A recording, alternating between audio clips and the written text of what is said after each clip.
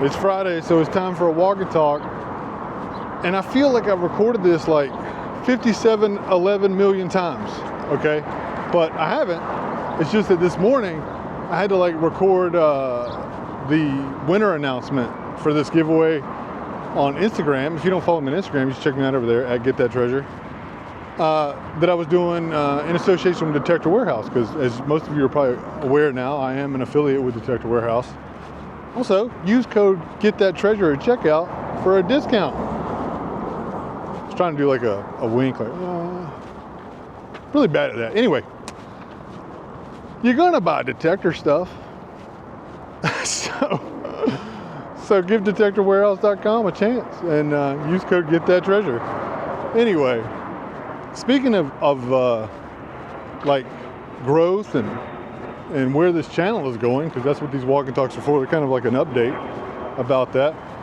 If you haven't subscribed, maybe you should. I'd appreciate it, because we're growing, and when we hit 1750, I'm doing another giveaway. We're gonna give away not one, but 2 Excalibur hand diggers. And what's really cool about that is Excalibur knew that I was gonna do the giveaway, and they said, hey, we're gonna donate one. So I'm gonna buy one, they're gonna donate one. Well, Joe, how are you gonna buy one? Well, I don't know if you noticed this, but ads have been playing on my channel. So we'll use some of that ad revenue.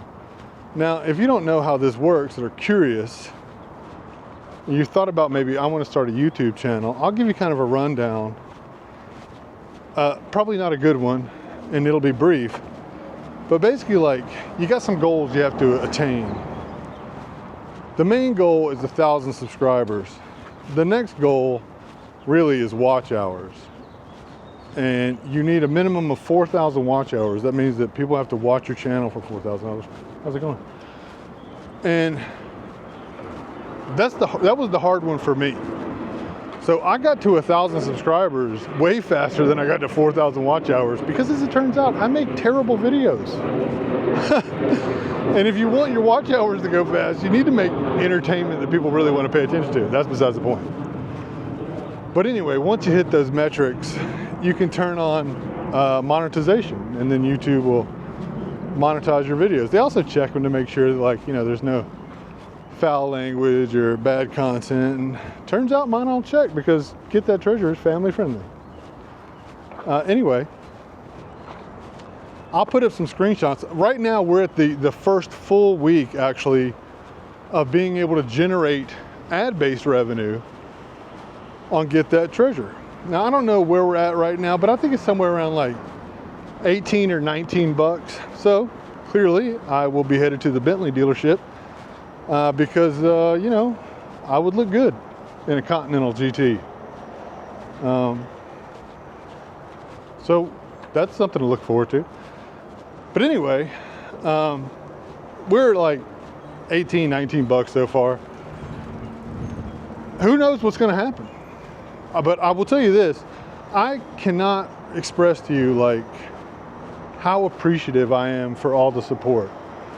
With that said, I'm also sorry for the ads that you're gonna be seeing, but it's also like sorry, not sorry, because we're gonna let those keep the roll. Sorry. Also not sorry. But I will be taking those funds and putting it back into the channel. So there'll be a lot more giveaways to come along, and just, you know, we'll find cool stuff to do, and I just really appreciate it. So expect to see a lot more giveaways from me, and good ones. I hope that they'll get increasingly better. So big thank you to Excalibur Shovels. It means so much to me, and it's such a great product. Also, if by chance you're seeing this, you're not a metal detectorist, but you're looking for like a perfect post-apocalyptic tool, that's the thing right there. I don't know about you guys, but as a detectorist and using metal detecting shovels, should I need to bug out for whatever reason, I would not be caught dead without my shovel. Like, talk about a pry bar, a weapon. It's unreal how versatile a metal detecting shovel is. It's just, everybody needs one, not just the detectorists. I guarantee you that. Maybe that's what I'll do. I'll write a screenplay for a post-apocalyptic world where the main character is just a metal detectorist out there with his shovel. I guess still trying to dig for silver coins and stuff. I mean, I'm sure they would still come in handy. This idea might have legs. Or maybe not. Also, hey, big shout out to Francis in Maryland. Thank you so much for sending me your favorite finds, and Robert, and also Gary and his son. Met them at Digstock, they're from Utah. He sent me an email that's just, man, it's so, it lifted my whole day, right? And that's how I am about treasure tales. There's just nothing better than sitting around with someone and hearing these stories, but since I can't sit around with you, you can always email me. And other people can hear them too. I mean, I read his email and I was like, this is the thing. You know, this is what we're all like looking for. And I've just gotten so many emails of those like good days. And you feel it in the email. Do you know what I mean? When someone writes it out to you, it evokes emotion, this type of emotive response where you're like, this is why I detect. This is the thing that I'm looking for. And sometimes it's always about the thing that you dig up, but the feeling is so much more than that sometimes. Now I know in my videos, it's rare for me to get like really excited about a find. It just is, because like that's what I'm looking for, okay? But sometimes I get surprised. Like the other day I was detecting in this park that a lot of my videos have come from this park. And I got a signal that sounded like a muted penny. And it was a mass signal, right? There were other stuff there. But when I pulled out the clump and I opened the clump up, there was a silver quarter.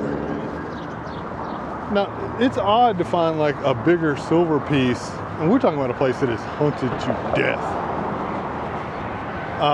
Sometimes I go out there, I will swing my coil for 3 hours and dig 5 targets, okay? So to pull out a silver quarter is just unreal. If you have experience like that, you know what I'm talking about, send me an email. Tell me about those times where you're at a place, you've done it a million times, all of a sudden, boom, you find something that's like so unexpected. Look, it was a 1952 quarter. That's not exactly like a miracle find, right? But within the context of where I was, and it just caught me off guard. It caught me off guard. And I just love that feeling. Let's see what else is going on. So Golden Triangle meet is tonight. I've got to go out and detect because I don't really have any, well, I got that quarter to put on the finds board and I got an Indian, so that's kind of cool, but I need more stuff so we can win some stuff. Also, speaking of clubs, I made a video of the Cowtown Treasure Hunters Club meet with the arena hunt. That'll come out this Monday, so if you're curious about what it's like to go to a club meeting, or specifically the Cowtown Treasure Hunters Club meeting in Fort Worth, that video will come out Monday. I think that's about it for right now. I've covered most of my bases, I think. Like I said before, if you decide you want to buy something, you go to detectorwarehouse.com, use code GETTHATTREASURE, get you a discount. You know, you're going to get it anyway. If you want stickers or swag or anything I may have the time, email me. igetthattreasure@gmail.com. I will send it out to you free of charge. And keep these favorite finds coming in. Like they're fueling me. Like where I'm going to go detect today, I don't expect to dig a lot of targets, but what I do dig, I expect to be interesting. So wish me luck. If you get out this weekend, I hope you get that treasure. It's out there. Remember, the shovel of truth tells no lies. Dig the holes.